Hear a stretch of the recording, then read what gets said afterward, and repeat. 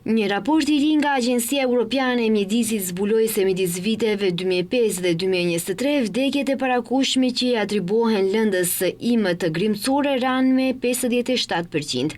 Pavarësisht kësaj, nivelet e pasigurta të ndotjes së ajrit rezultuan në një shifër marramendse prej 182.000 vdekjesh në vitin 2023. Italia ishte vendi I goditur më rënd në BE në vitin 2023 me mbi 43.000 vdekje të lidhura me nivele të larta të PM2.5. Pastaj renditen Polonia dhe Gjermania, por kur bëhet fjalë për ndikimin relativ në popullat, tabloja ndryshon dukshëm.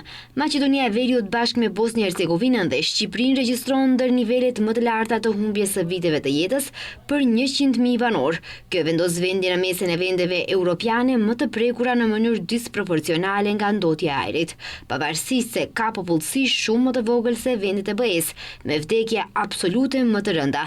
Në skajin e kundërt, Islanda nuk regjistroi asnjë vdekje të lidhur me ndotjen e ajrit, ndërsa vendet të veriut të Europës si Finlanda, Suedia, Norvegjia dhe Estonia rezultuan me ndikimet më të ulta si në vlera absolute, ashtu edhe në ato relative.